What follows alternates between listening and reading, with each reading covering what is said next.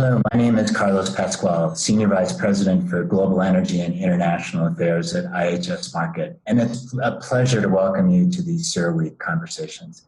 For us, it's an opportunity to have these exclusive conversations with leaders in government, in industry, and academia, and finance who are tackling some of the major problems that we face globally around the world in the energy sector and in energy transition.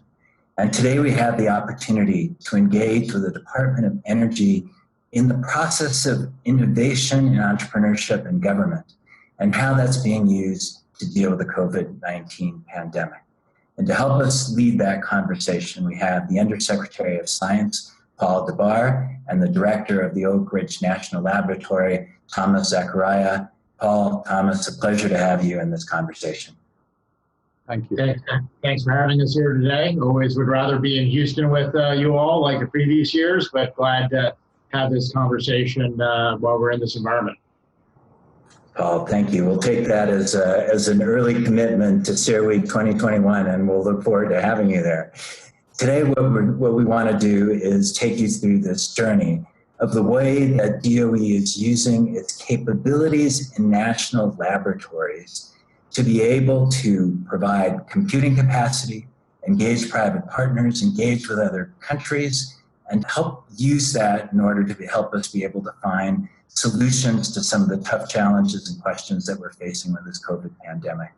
And Paul, if I could start with you, and tell us, how did the Department of Energy and the national labs get involved in this fight against the COVID pandemic to begin with? So if you think about the history of DOE is really the Manhattan Project. It came from the Manhattan Project. The Manhattan Project basically evolved into the National Lab Complex. Started off with the three original national labs, including Oak Ridge and Hanford and Los Alamos. And what's happened over the decades is that we do research on a number of different areas, and we build out the capacity, and that can be switched kind of back and forth where we build facilities and we have researchers. The big four areas that really DOE focuses on from a broad science point of view with our various missions is materials, chemistry, physics, and biology. Those are the big four.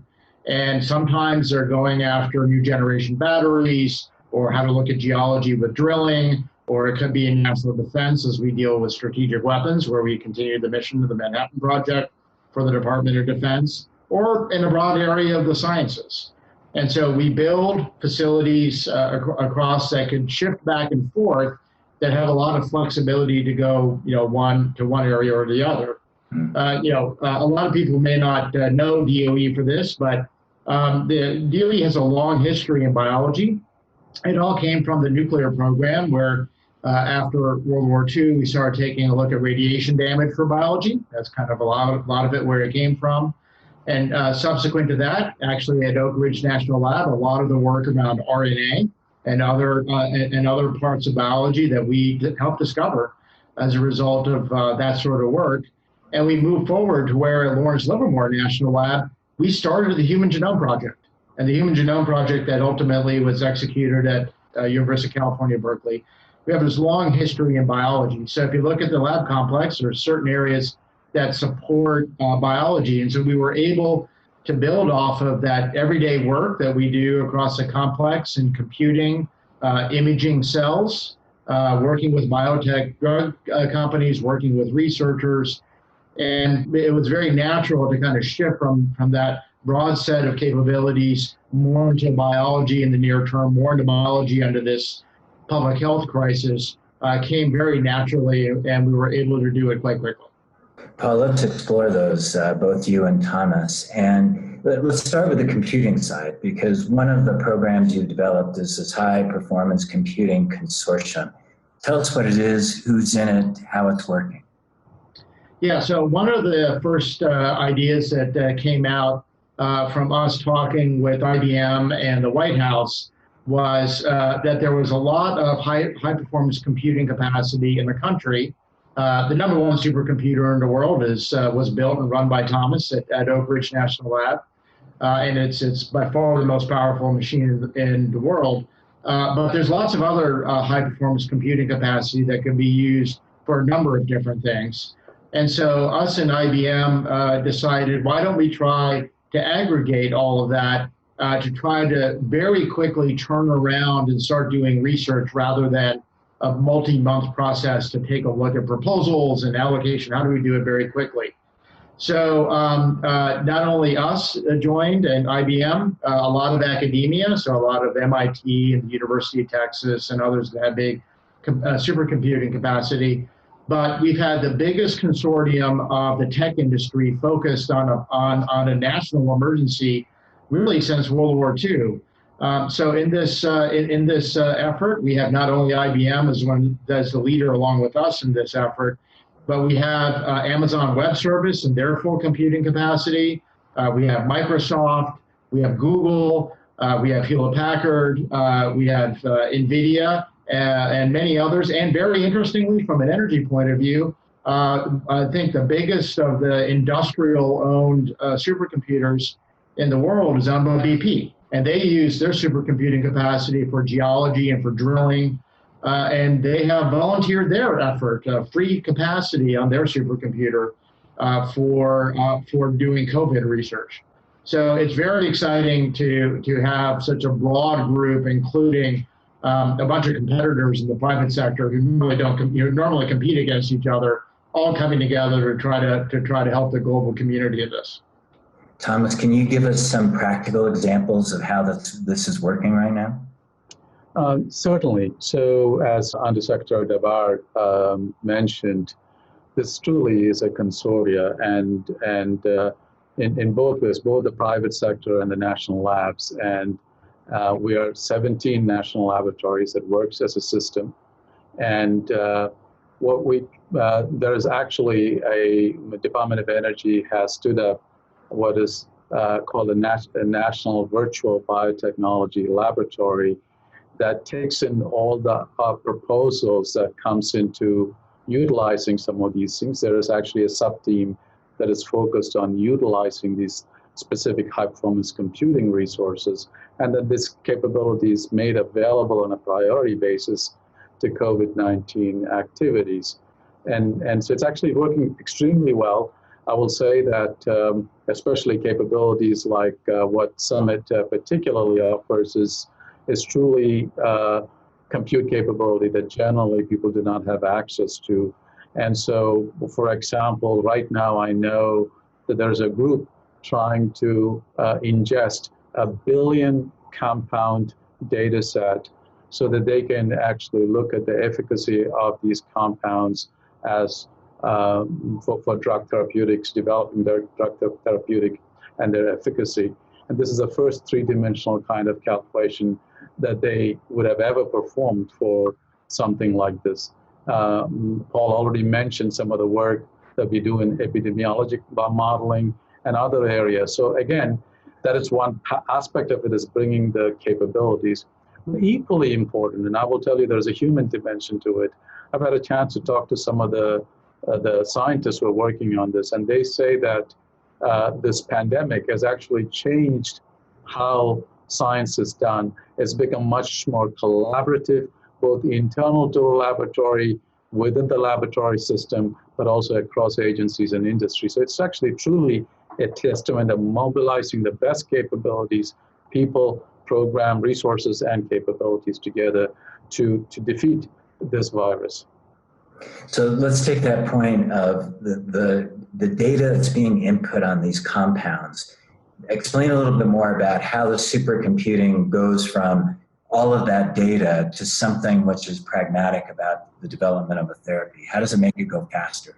By now, almost everybody has seen the spike protease of the corona of the coronavirus, and that is used as a particularly efficient target for looking at compounds to attack. So how a chemical compound, in this case a drug, would dock with this protease so in order to defeat this virus. And what this particular study, among many, that is looking at is trying to run the analysis, screen these compounds as to how effectively it will dock to the spike protease is just one of the 10 or so proteins that they are really looking to see how the target will lock with the compounds in order to see what the effect is. Now, I don't want to make this just about computing. Simultaneously, they are using the light sources and the neutron sources that the department has at the various laboratories to experimentally validate how these compounds actually work in real experiments. So computing is driving experiments, and experiments in turn is driving forward the computational capabilities to accelerate the sort of rational design of drugs. So in the end, the practical result of this is accelerating the process of testing either new compounds or existing therapies of what could potentially be effective against COVID-19. Absolutely, that's exactly correct. What we're trying to do is because time is of the essence, and so making this iterative process as fast as it can be. And so, I mean, this compound study, the first time it's being attempted, will produce a result within a day. That is unheard of. Director Gottlieb, the former head of the FDA, and he was in the Wall Street Journal, and he was advocating that when you take a look at phase 2 trial data for therapies or vaccines, in a typical way, a drug company would do a trial, or a hospital, they would stop, take a look at the data, kind of be very methodical about how you develop a therapy or a vaccine. And he was making the argument that the data needs to be evaluated real time as the patients are reacting or not to a particular trial. And to have the decision evaluation process to be much faster. And so one of the things, in addition to looking at patient data, is also to take a look at trial data concurrently with the trial, and maybe multiple trials all happening over the world, taking a look at the impact of that real time and using the computing power to aggregate, look at that right away, and to try to identify faster than the norm, back to one of Thomas's points about how science is being done differently now as a result of this, is to speed up that process. And that's clearly another example of something that we're working on. Fascinating. Paul, there's probably no bigger public policy debate in the country right now than how to reach the balance between protecting people and opening the economy. Is there a way that the supercomputing capabilities that DOE has is contributing to insights in that area? Yeah, so as Thomas mentioned earlier, we're talking about epidemiology. And so a number of the labs are also working on the impact of the possibilities of the spread based on taking certain actions. Many of the times it's very localized in terms of the environmental impact of a particular location, and population density, and other drivers.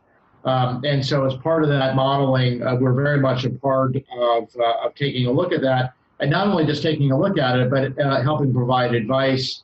One particular example I can give is at the city of Chicago. We have a very big footprint at DOE in Chicago. We're very much very close to that very large city because we have 2 national labs there at Argonne and Fermi, and our partner for those operations include the University of Chicago, so right there downtown. So we've been the primary input for the city of Chicago to take a look at specific actions that they would take. So besides the general modeling to opening up and potential spread or reduction in spread, we're actually doing some very practical advice in one of the major cities in the country. Let me change the topic a little bit to human genomics. You mentioned it earlier, Paul, and this gets us into gene sequencing. And how is that study helping us better understand therapies related to COVID? Yeah, so if you think about, there are 2 major drivers associated with the potential of any individual towards the severity of COVID. One's environmental. And environmental is, what I would call, if there's any predispositions because of age, because of weight, they're diabetic, they have an existing lung problems, So those are the big bucket of environmental. And then there's a possibility of there being a specific genomic marker or sequence that might predispose someone to catching it or having more serious impact from it. We're not quite certain of that. We're reasonably certain of the sort of the environmental points. I think that's well discussed in the press. But frankly, we're still diving into that to make certain we really understand those drivers very well. But the genomic part is something that we certainly think there's a possibility of it. And the only way that we could do that is to collect enough patient data in terms of who's passed away, who's recovered, what are their environmental backgrounds, and then also collect the genomic data for enough patients. That's a bit harder. We need to try to get a big enough universe sample of people and try to see if there's any trends that, once again, coming back to the computing aspects of the department, to see if there's a particular pattern associated with a sequence that would aim someone towards being of higher risk. We don't know if that's necessarily the case, but we definitely have one of the research strings to collect the patient data on that and try to see if there is. That would point us in a way towards try to some sort of therapy also as a possibility.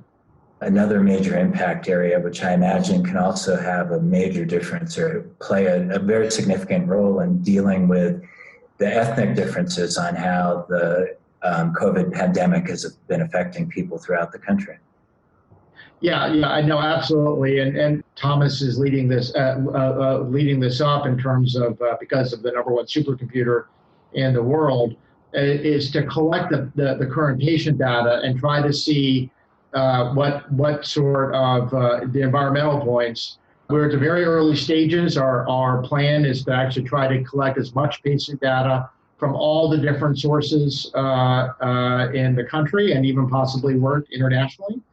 In terms of taking a look at patient data, but obviously, as discussed in the press and with some of the initial data, there does seem to be some driver around racial differences and the impact of COVID being having a higher impact of that, as well as other environmental aspects such as medical conditions. So those are absolutely important things that we're looking at, that we're beginning to see data that support the general press that people are commenting to. Thanks, Paul. Thomas, you probably never imagined that you would be in the manufacturing business, but you are. Why don't you explain how? Well, I think it's not surprising because Department of Energy has a keen interest in advanced manufacturing to drive innovation, efficiency, and ultimately economic prosperity and competitiveness. So the manufacturing demonstration facility is a major Department of Energy facility where we work collaboratively with, again, academia and industry. And in this particular case, we have focused on addressing a couple of pressing issues, as you have probably heard in the press. One is we have a manufacturing pilot line, which is intended for originally, the main purpose is developing low-cost carbon fiber for all kinds of manufacturing and production use. We were able to quickly repurpose that pilot facility to create N95 material, obviously for N95 masks. And so melt spinning and that production line to produce N95 material. And we got lucky because the inventor of N95 is a faculty at the nearby University of Tennessee. So we were able to leverage that capability. Likewise, we were able to use our big 3D printing capability to quickly make molds for producing masks and other components, including as something simple as the tubes for the testing kits. It's in short supply, and so there again we have developed molds, and we are also collaborating with industry to help develop these capabilities, transition to industry as quickly as we can, so that they can scale up and produce in the millions of units. I could keep talking with you guys forever. Paul, I'm going to give you the last word just on the international engagement that's been involved and how you've reached out to countries throughout the world to get input into the data collection process and the analytic process.